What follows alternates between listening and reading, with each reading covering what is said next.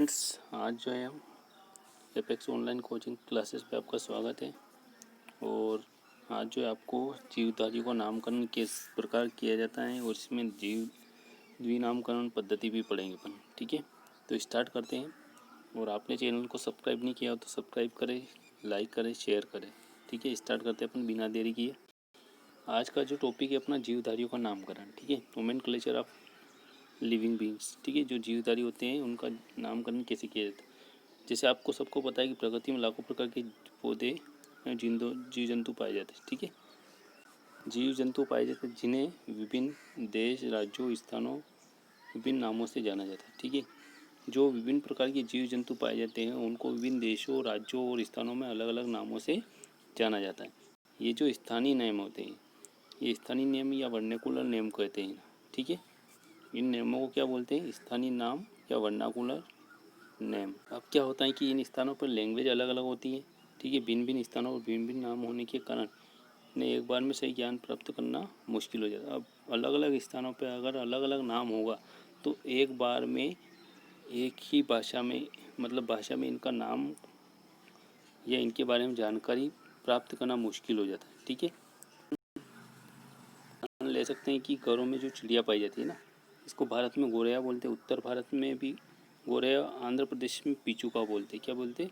पिचुका। Holland में मूस, Japan में सूजन, इंग्लैंड में हाउस स्पैरो के नाम से जाना जाता है। अब देखो भारत में डिफरेंस आ गया है ना, भारत में गोरैया बोलते हैं घरों में।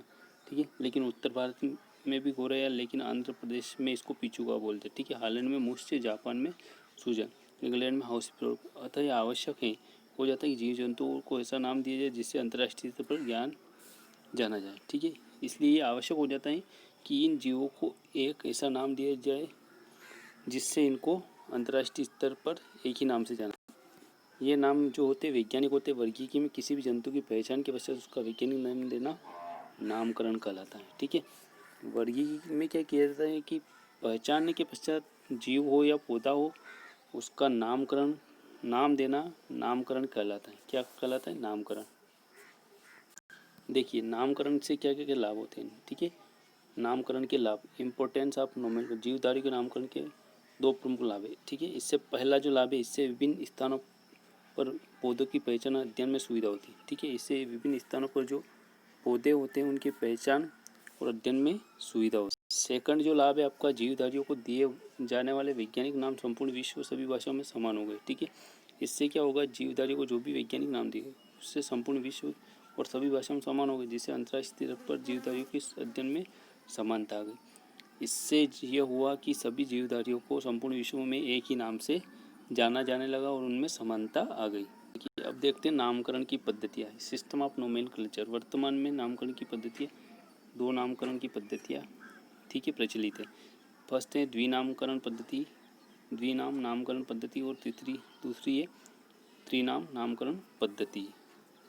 आज जो अपन द्विनामकरण पद्धति पढ़ेंगे, द्विनाम नामकरण पद्धति, बाइनोमियल नोमेनक्लेचर। ठीक है, कैरोलस लिनियस। ये आप सबको याद होना चाहिए कि द्विनामकरण पद्धति के जनक कौन है? कैरोलस लिनियस नामक वैज्ञानिक ने सर्वप्रथम जीवधारियों के नामकरण की आवश्यकता देखते हुए 1753 में अपनी पुस्तक स्पीसीज प्लांटेरम में, ठीक है, इनकी बुक थी स्पीसीज प्लांटेरम, जिसमें उन्होंने द्विनामकरण पद्धति का विस्तृत वर्णन किया था। उन्होंने कहा था कि लिनियस के अनुसार क्या है कि जीव के नाम में दो नाम होने चाहिए। ठीक है, प्रथम नाम वंश नाम जिसे जेनेरिक नेम बोलते हैं, और द्वितीय नाम जाति नाम, जाति का नाम जिसे स्पेसिफिक नेम भी बोलते हैं। ठीक है, यहाँ अपन देख सकते हैं उदाहरण, आलू का वानस्पतिक नाम है सेलोनम ट्यूबरोसम। ठीक है, सोलेनम जो है इसका वंश का नाम है। ठीक है, जेनेरिक नेम है, और ट्यूबरोसम इसका जाति का नाम है। ठीक है, तो इसमें दो नाम हैं, एक तो सोलेनम और ट्यूबरोसम, ये जीनस को दर्शा रहा है और ये स्पीसीज को। आगे देखते हैं, लीनियर द्वारा प्रस्तुत की गई नामकरण पद्धति को अंतर्राष्ट्रीय विज्ञान कांग्रेस द्वारा मान्यता प्रदान की गई। ठीक है, लीनियर द्वारा जो नामकरण पद्धति चलाई गई, इसको इंटरनेशनल साइंस कांग्रेस में मान्यता प्रदान की गई। नामकरण पद्धति जो है ना, उसके कुछ नियम है। Rule of binomial nomenclature. ठीक है, सबसे पहले लीनियर द्वारा प्रस्तावित नामकरण पद्धति के अनुसार जीवधारियों का नामकरण निम्नानुसार किया जाता है। कौन कौन से नियम है वो नियम पर जो रूल दे रखा है, प्रत्येक जीव के नाम के दो नाम होने चाहिए। ठीक है, प्रथम नाम, जेनेरिक नेम या वंश नाम, द्वितीय नाम, जाति नाम या स्पेसिफिक नेम होता है। ठीक है, तो इसमें आपको समझ में आ गया होगा द्विनाम क्यों होता है ना। एक तो जीनस होता है फर्स्ट और सेकंड होता है स्पीसीज। आपका सेकंड रूल देखते हैं, वंश का नाम का पहला शब्द हमेशा अंग्रेजी भाषा के कैपिटल अक्षरों में लिखा होना चाहिए। ठीक है, जो वंश का नाम है उसका पहला जो शब्द है, पहला जो है कैपिटल लिखेंगे, जबकि जाति का नाम छोटे अक्षरों में लिखा जाता है। ये भी ध्यान रखने योग्य बात थी। आगे देखते अपन, दो नामों को अंग्रेजी के तिरछे अक्षरों में लिखना चाहिए। ठीक है, इसमें जैसे सोलेन, आलू को देखो सोलेनम ट्यूबरोसम, ये तिरछे अक्षरों में लिखा हुआ है। ठीक है, तो दोनों नामों को हमेशा इटैलिक्स लैंग्वेज होती है उसमें लिखना चाहिए। और तो जो रूल है आपका, वंश नाम पहले लिखा जाता है, उसके बाद जाति नाम लिखा जाता है। पहले क्या आता है, वंश का नाम आता है, जीनस नेम, और बाद में स्पीसीज।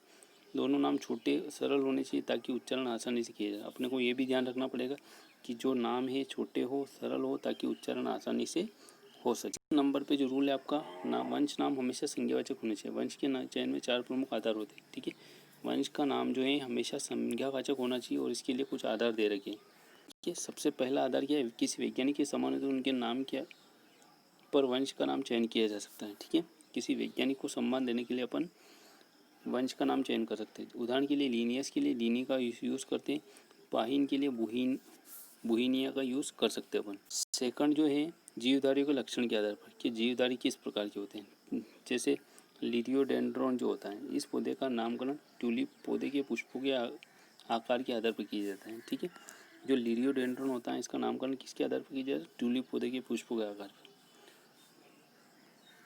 जो बेस दे रखा है, वंश का नाम सदृश्यता प्रदर्शक पौराणिक उत्पत्ति वाले हो सकते हैं। उदाहरण के लिए लिली निम्फिया। ठीक है, यह नाम सुंदर वाटर निम्फो के लिए यूज में लाया जाता है ना। लिली निम्फिया किसके लिए जाता है, सुंदर वाटर निम्फो के लिए। फोर्थ जो बेस है आपका, वंश नाम जीवधारी की उत्पत्ति वाले मूल स्थान के नाम पर दिए जा सकते, जैसे जिंको। ठीक है, जिंको जीन में उत्पन्न है। ठीक है, तो इसको उत्पत्ति वाले स्थान पर वंश का नाम दिया जा सकता है। सेकंड इसमें एग्जांपल दे रखा रेविनेला है ना, ये मेडागास्कर की उत्पत्ति वाला है।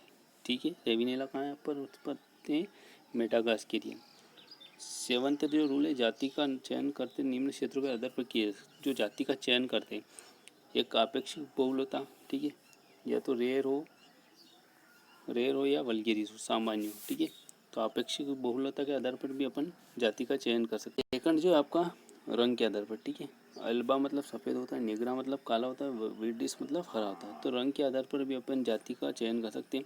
उसके बाद आवास कैसा उनका, जली है जैसे एक्वाइटिका, सेल्वेटिका कास्ट पर है, एर्वेनिस मैदानों पर है। इनके आधार पर भी अपन जाति का चयन कर सकते हैं। बाद जो आता है देश। ठीक है, कौन से देश की उत्पत्ति है, जैसे इंडिया के लिए यूज़ किया जाए, जैपोनिका जापान के लिए यूज़ किया जाए। तो ये भी इनके आधार पर भी जाति का नाम रखा जाता है।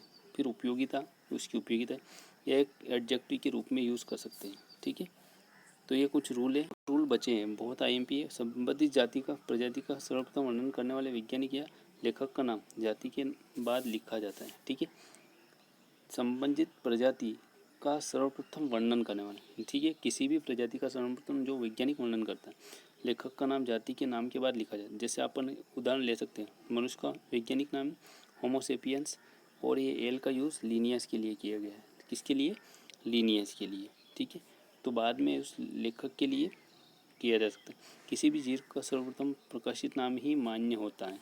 ठीक है, ये मान्य है। ठीक है, आपको ये सेशन अच्छा लगा हो तो चैनल को सब्सक्राइब करें, और ये जो मैटर है आपको PDF फॉर्म में वीडियो के डिस्क्रिप्शन बॉक्स में मिल जाएगा, तो वहाँ से आप डाउनलोड कर सकते हैं। धन्यवाद।